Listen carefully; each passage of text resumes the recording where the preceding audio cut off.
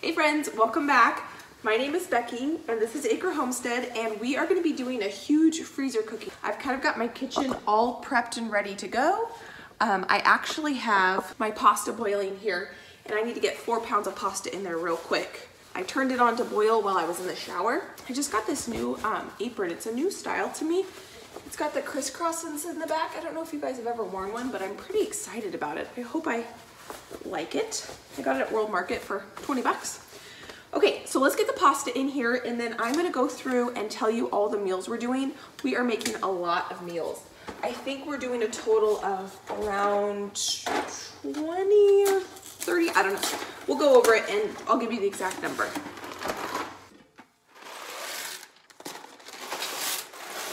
When you're cooking pasta for a freezer meal, you don't want to cook it for the full length of time because then when you recook it, it's going to get mushy.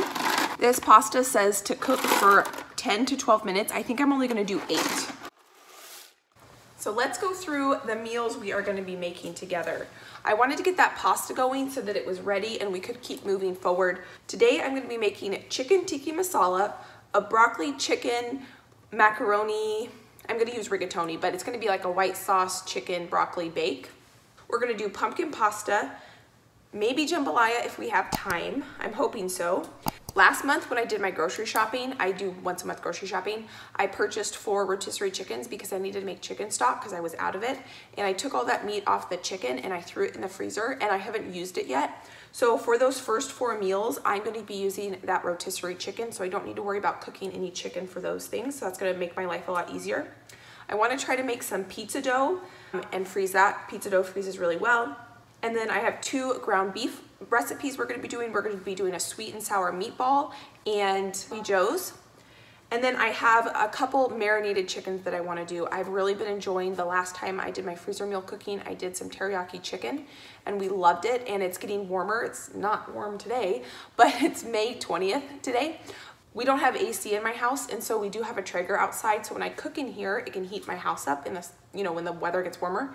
So I want to try to have some more marinated chicken recipes so that I can cook them out on the Traeger. And the ones we're going to make today, we are going to make a honey mustard chicken. We're going to do more teriyaki chicken, and we're going to do, I don't know the name of it yet, because I'm making up the recipe from one I used to have when I was growing up. My mom would make it, and I called it smashed chicken because she would mash the chicken to make it thinner. I know it's a weird name. I'll come up with a better name, but it's really good. It's like lemon and Worcestershire and garlic, and oh, it's so good. So we're gonna make that, and then I'm gonna make some fajita chicken so that I can make tacos easily. I will have all these recipes linked down below, so don't worry about trying to follow along with the recipes as I cook. Just enjoy kind of hanging out with me in my kitchen, and let's get this done today.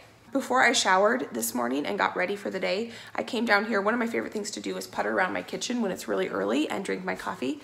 And my chicken wasn't completely thawed for the marinated chicken. I went ahead and prepped a ton of garlic and a ton of ginger. Got a bunch of fresh lemon squeezed. What else did I do? Oh, I shredded a bunch of cheese and grated a bunch of cheese because we need cheese for both the pasta recipes. And I went ahead and ground up the breadcrumbs that we need. I like to, anytime I have some odds of, hamburger buns or whatever it might be, I throw them in the freezer.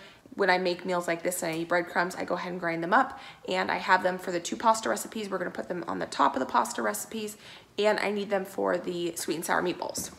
A few things I want you guys to know that I like to do before I start my freezer cooking is, 1, I make sure my dishwasher is emptied and ready to go. There are some dishes in there because when I did that meal prep, I already have some of those dishes in there. That way, as I cook, I can just put dishes right in there and I can keep it tidy.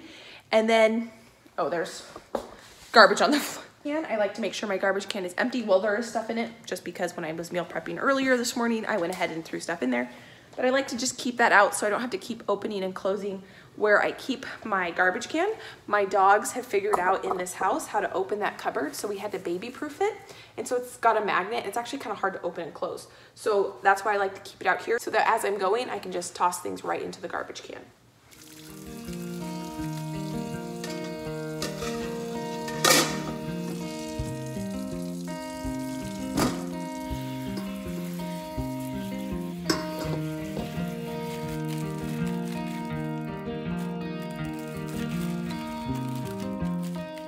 My goal is to get some of the chicken going first because those are easy and I can check them off my list and I can feel like I accomplished something.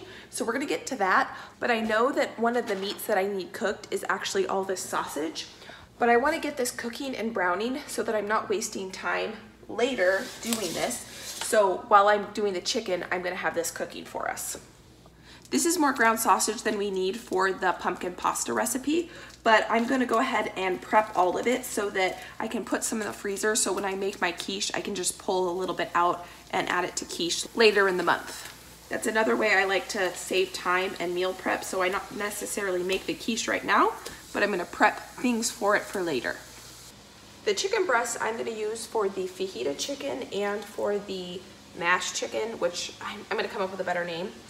But I'm gonna go ahead and prep it and put it into these freezer bags. I like to fold my freezer bags in half so that I keep the ick inside, and then I just put them on a cookie sheet. And I'm gonna prep these for fajitas. So I'm just gonna do thin strips. I think I'm gonna cut this in half first.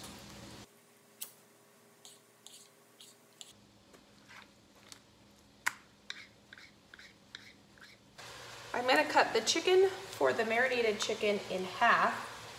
My mom used to pound it thin, but I'm not gonna do that. I'm just gonna go ahead and butterfly it, and we're gonna call that good.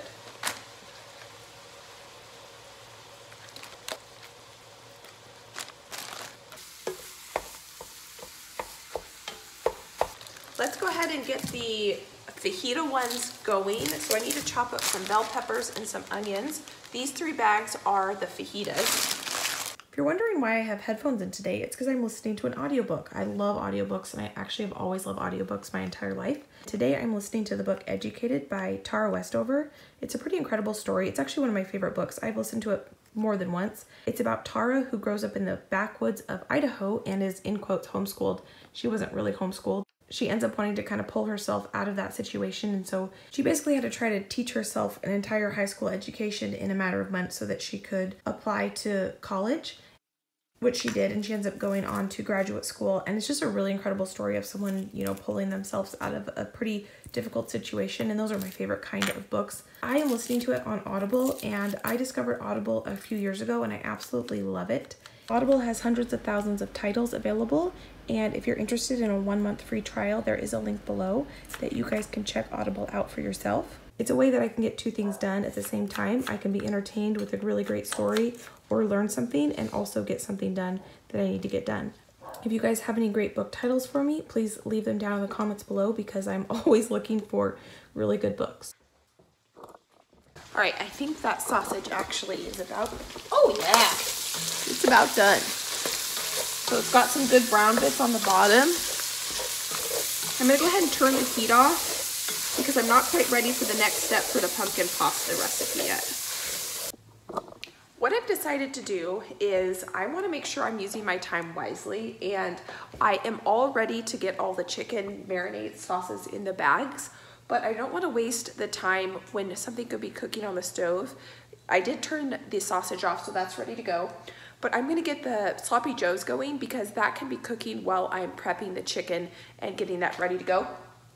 But I need peppers cut and onions cut for the sloppy joes, and I also need onions cut for the pumpkin pasta. So let's go ahead and just prep that now, and then we don't have to worry about wasting time.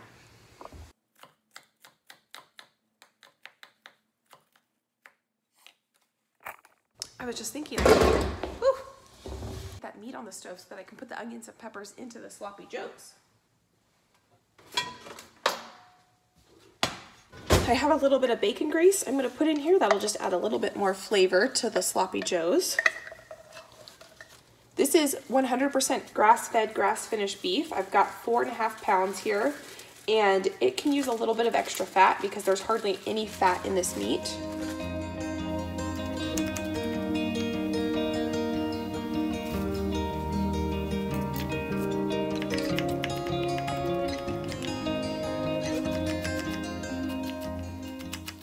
These onions, I'm not going to use all of them, but these onions are for the sloppy joes and the peppers are for the sloppy joes. And then I'm just cutting up some bigger diced onions for the pumpkin pasta. While I'm cutting onions, I'm going to go ahead and cut onions up for the tiki masala.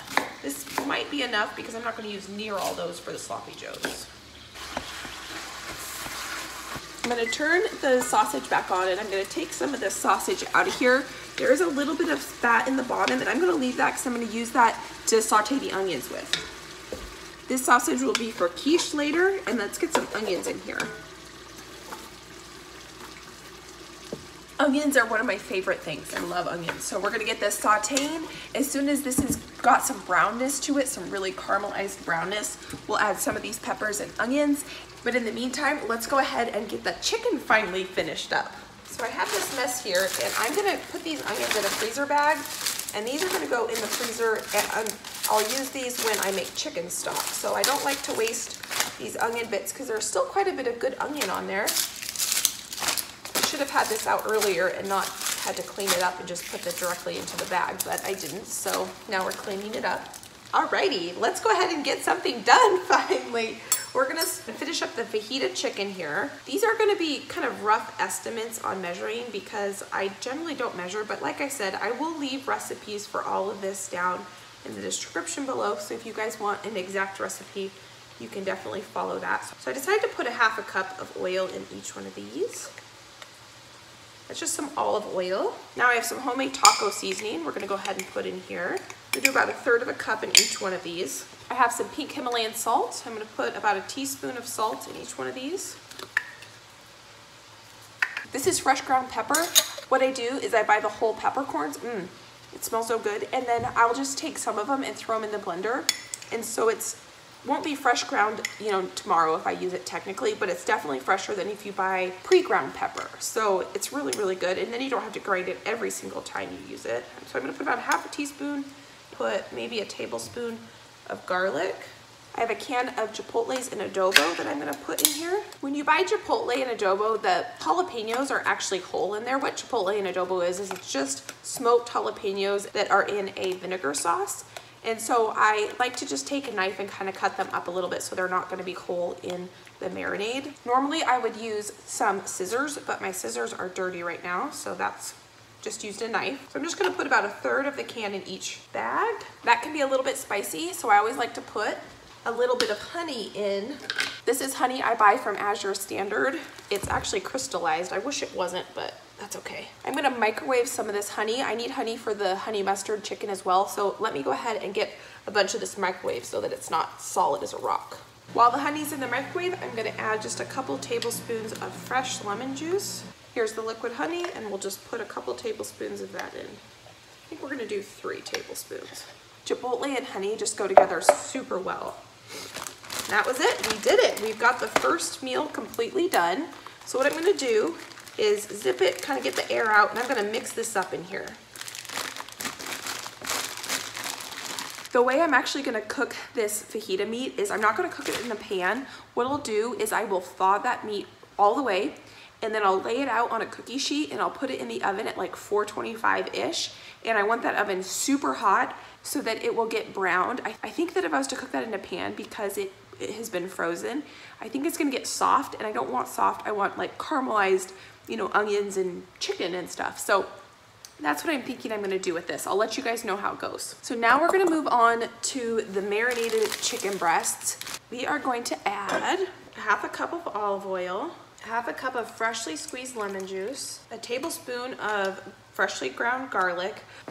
I think it's really important with this recipe that you use fresh ground because that's one of the main flavor components in this. But if you don't have it, that's fine. Just go ahead and use powdered. A heaping teaspoon of pepper.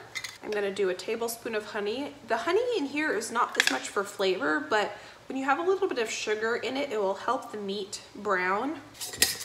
Have some homegrown oregano. Oh, I should have put this in the fajita chicken. Oh well. And what makes this chicken taste so good is actually Worcestershire sauce. Let me measure out 1/4 cup and see what that looks like. That looks perfect. So I'm just gonna massage this. When you freeze these, you wanna make sure you lay them flat and you freeze them in a single layer. That way, it'll thaw faster. Instead of having it in a big clump like this, a clump like this is gonna take a lot longer to thaw than a nice thin layer. It is time to put the peppers and onions in with the sloppy joes. Very precarious.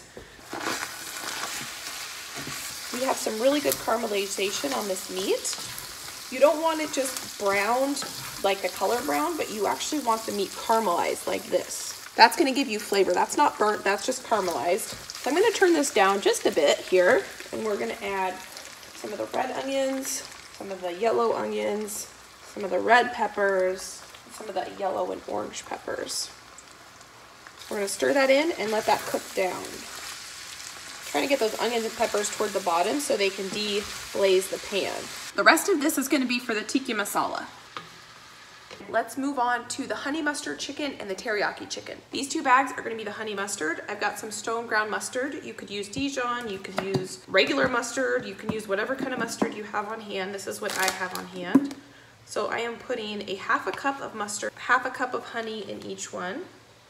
There was a cup of honey in this jar, so I'm just going to divide it between the two. Some oregano,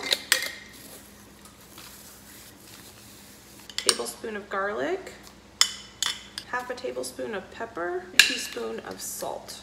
We are going to put a little less than a half a cup in each one of these. Go! It's all done.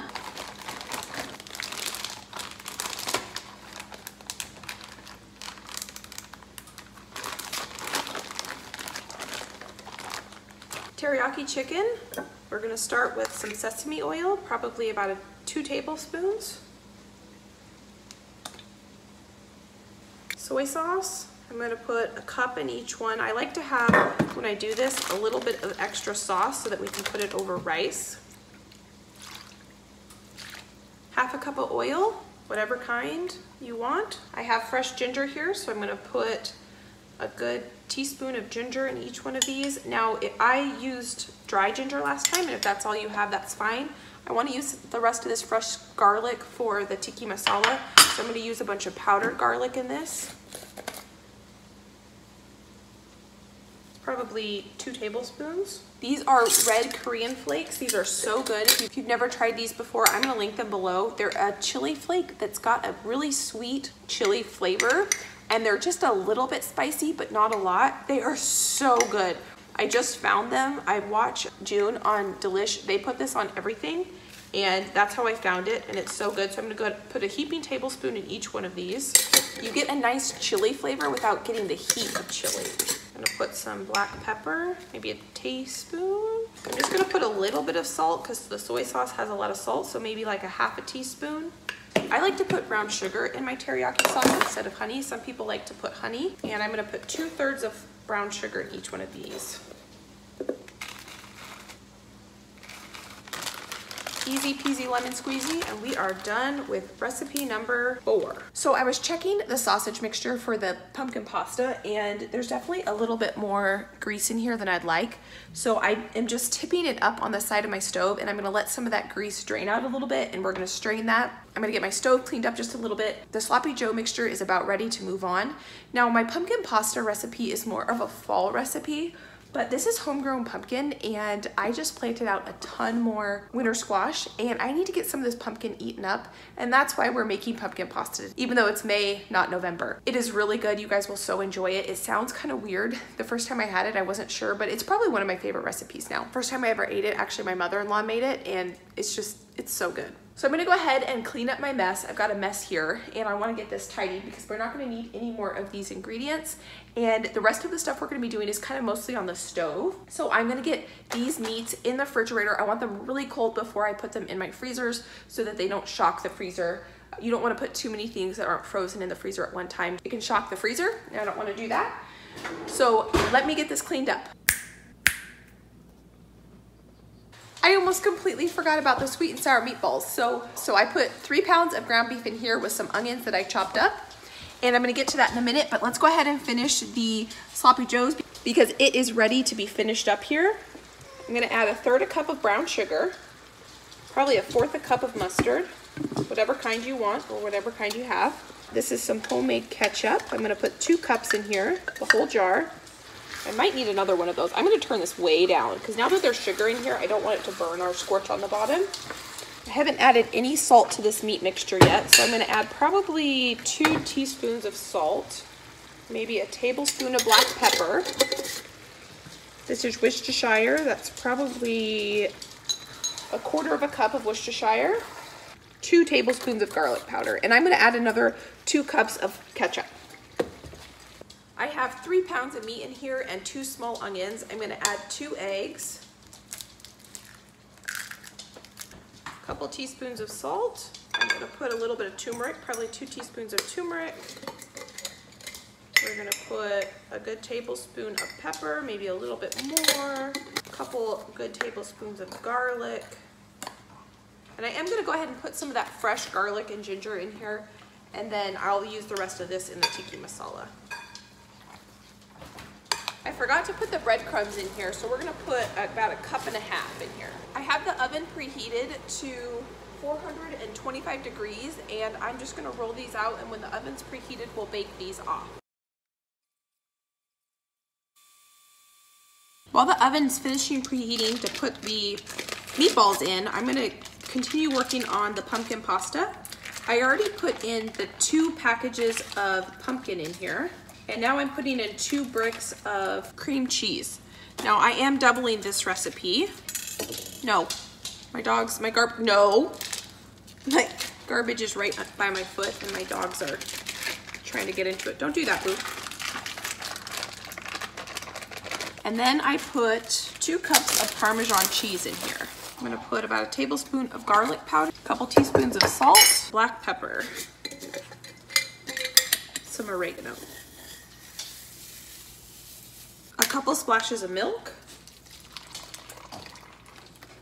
I did keep some pasta water, so if I need to thin this out a little bit more, I'm gonna use pasta water to do that. Some red pepper flakes. Our meatloaf is done, so I'm gonna take this off the heat and let this cool. We're gonna get those meatballs in the oven. I need to make the sweet and sour sauce for the meatballs now. I'm gonna switch this over here. 1/2 cup of soy sauce. 1/2 cup of white vinegar.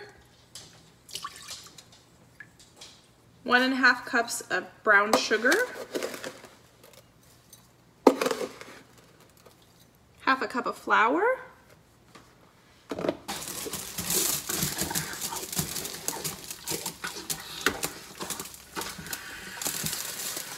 You want to mix this up before it gets too hot because the flour will get clumpy then.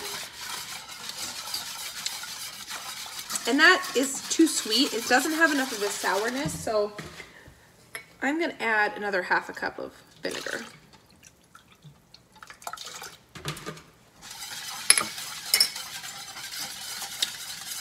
That's better. A couple good squirts of sriracha. So I did just add about 1 cup of homemade ketchup to this because it was in my fridge from when I had opened this earlier in the week. And I felt like when I was tasting this, it just felt like sweet and vinegary. It needed a little bit more depth of flavor, and the sriracha really helped, and the ketchup really helped. Ketchup, I wasn't adding it for the tomato flavor so much, but ketchup kind of already has that sweet vinegary type thing, but there's some onions in here and some other things, so I figured it would go well with this. I have this sweet and sour chicken recipe I've made before where you add ketchup, and that really did just kind of help round it out. The pumpkin pasta sauce is done, so now let's go ahead and assemble it and get it into the pan. I've got this massive bowl. I've got some smaller ones, but they are actually out in the garden right now and they're dirty, so we're gonna use this one. I'm gonna put half the pasta in here.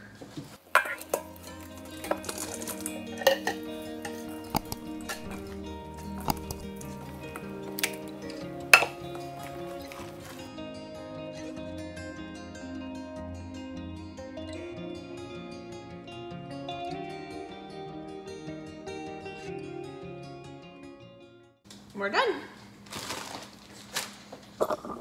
So I want to recap because I just realized I forgot another recipe, and I'm going to get my list out here. Oh, it's right here. I forgot that I was thinking, sorry, my cupboard doors are open.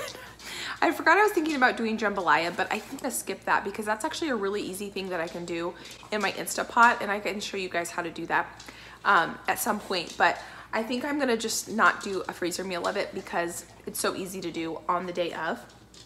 Because I still have 2 other recipes that I wanna try to get done, which I have to because I already cooked those noodles and kind of prep the ingredients for it, and I want them. So we still need to make the chicken tikka masala, and we still need to make the baked macaroni. But what we've gotten done is all the marinated chicken.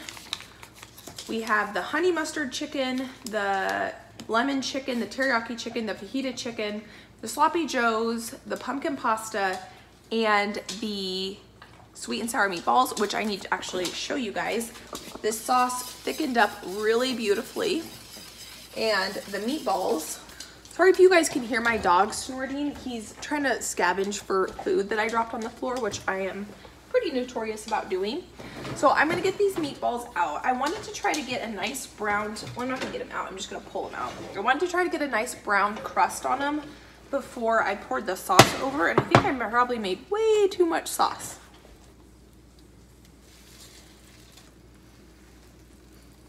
This smells so good. I can't wait to eat this over rice with like some green beans or broccoli or something. I don't know exactly what, but this is gonna be a winner, I think. So we're gonna go ahead and get these back in the oven to finish cooking. So we're moving on to the chicken tikka masala. I have a few tablespoons of olive oil and a few tablespoons of butter. Over here, I'm gonna get going on the broccoli chicken macaroni, and I just put 1 cup of butter in here. In most tikka masala recipes, they don't call for peppers, but I'm just gonna add those in because I have them and I use them for other recipes today, so we're just gonna put those in there. So in our big mammoth bowl, I call this my Jamerl size bowl, I put 2 pounds of pasta, 4 pounds of broccoli, and probably 4 cups of chicken, maybe 5. I was planning to only get 2 baked macaroni, but I think with all the chicken and the broccoli that I'm gonna get way more than that. So I think our white sauce is about ready to move forward for the macaroni. I still have my peppers and onions over here caramelizing for the tikka masala. I already added the flour, and I'm gonna add the milk. And I need to add half and half to this as well, but I'm gonna let this kind of mix in first and dissolve before I add the half and half. While I'm waiting for that to dissolve, I'm gonna add some salt and black pepper. Macaroni needs a lot of black pepper, so that was probably 2 tablespoons. And this is our half and half. And probably 2 tablespoons of mustard. This bechamel sauce is gonna take a while to thicken up, so while we're waiting for that, let's move to the next step with the tikka masala so that I can get this counter cleaned up because it's driving me nuts. What I wanna do now, these onions and peppers have some nice color to them. I wanna bloom the spices. First I have garam masala. I'm probably gonna add half this bottle. Some chili powder. A lot of the essential oils in your spices are actually fat soluble, and that's why you want to bloom your spices in the fat, because you want those aromatics to get out of the spices into your sauce. So that was paprika, and here's some turmeric, black pepper, and the rest of that garlic ginger.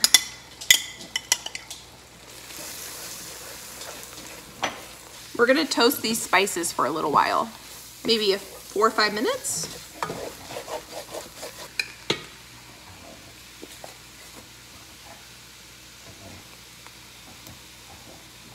You wanna watch this very closely because you do not want this to burn.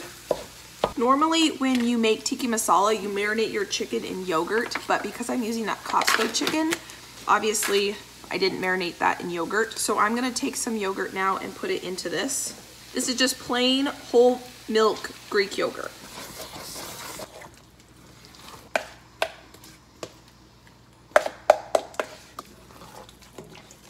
And now we add 2 cans of crushed tomatoes. All right, this sauce feels good actually to me. So let's go ahead and add the cheese, the next step. When you add cheese to your white sauce, you actually wanna turn the heat off. I'm gonna taste it for seasoning. Oh yeah, that tastes good. So I've got some sharp cheddar cheese here. This is extra sharp cheddar. And then I have a bag. This is what I put the cheese in when I shredded it this morning because I had a leftover bun bag. So I'm gonna use this. I've got 2 different types of cheese in here. I have more of that extra sharp, and then I have some Monterey Jack to add some creaminess. And then the extra cheese that doesn't get used, I'll put into a container and I'll put it in the fridge. Last but not least, we'll put some Parmesan cheese in there.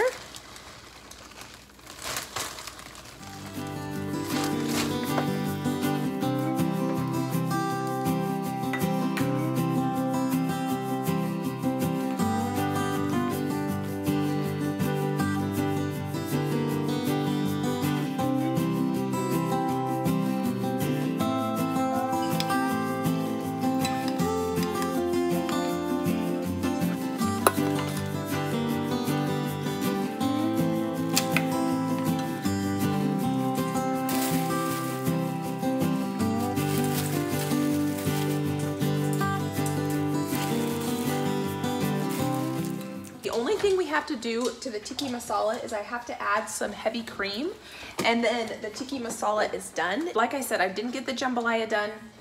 I don't even remember if I told you, but oh, there's an egg carton on the floor. I was gonna do some pie crusts and pizza dough, but I've decided that I just poured in, I don't know, maybe 2 cups of heavy cream into here.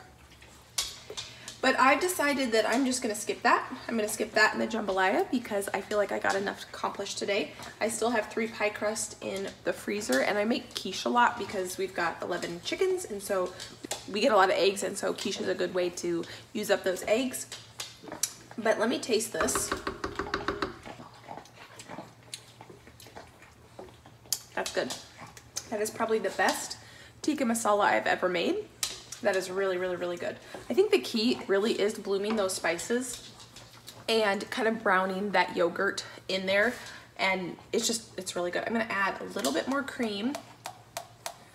I probably just added, so probably in here there's a total of 3 cups. What the cream does is it adds a really good sweetness that you need because you've got all those rich spices. The creaminess of the cream just really adds a nice sweetness level to it. All right, so all I've got to do now is get the rest of this cleaned up. I got to package up the meatballs, the sloppy joes, and this. I have to let that completely cool before I can package that as well. Off camera, I was in my freezer and I found 2 bags of, excuse you okay? So this is Orbit, and that's Tibro, and then the Frenchie running around is Gizmo. If you guys want to know who they are, these are my 3 dogs. And they've been enjoying being in the kitchen with me while I've been cooking because they've been eating all the stuff I've been dropping. I found 2 bags of 5 cups of shredded zucchini from last year's garden, and I went ahead and took that out, de-thawed it, squeezed out any of the moisture, and I put it in the chicken tikka masala, and that's the last of the zucchini from last year. It's a great way to use it. You can't really taste it in there, and it's just adding an extra veggie. That's a pretty rich tikka masala, so it'll be good to have a little bit of zucchini in there. And when I go to actually cook my chicken tikka masala, I'll add probably some peas and some maybe other vegetables, whatever I have in my fridge, I'll just toss in there, and we'll eat that over rice. So this was a total of 22 meals, and this is gonna last my husband and I a really long time. I work full-time, he works full-time, and he's actually in school full-time. So what I typically do is on Sunday, I'll take 2 things out of the freezer, whether that's usually a pasta and a chicken or maybe a meat fajita, it doesn't matter. I'll usually take 2 things out of the freezer and we'll eat those for dinner and we'll eat them for lunch. So even though it's only the 2 of us, I really find these freezer meals really helpful because ever since the pandemic hit, we really don't eat out anymore, and this has been a lifesaver because I have food on hand that I can cook and I don't have to actually cook something every night. So by doing this, we can eat home cooked food and we're not going out to eat, and it saves us a ton of money, and this saves me a ton of time. This only took me a total of about 4.5 hours, and that includes basically the kitchen's clean. I have the dishwasher going, my garbage bag is there, I need to wash 3 pots, and I've already got the counters clean, the stove is clean. So for 4 hours worth of work to have 22 dinners, I do have to make sides still, but that is so worth it. And I enjoy being in the kitchen. I enjoy doing stuff like this. So it's not like a bummer thing to have to do. I enjoy it. But then when I want to be doing other things like gardening and things like that, then I already have dinner planned, because today was kind of cold. It's only supposed to get to like 60 and we've been in the 80s, so that's pretty cold, and it's kind of raining on and off. So perfect day to be in the kitchen and cooking, so that when tomorrow it's supposed to be 75 to 80 degrees, I'm not sure, it was 75 last time I looked, but it looks like it keeps ticking up. So thank you guys so much for hanging out with me. If you enjoyed this video, give it a thumbs up. If you want to see more, go ahead and subscribe. And if you want to watch a couple of my other videos, they'll pop right up here. I hope you guys have a fantastic day. I will see you guys next time. Bye guys.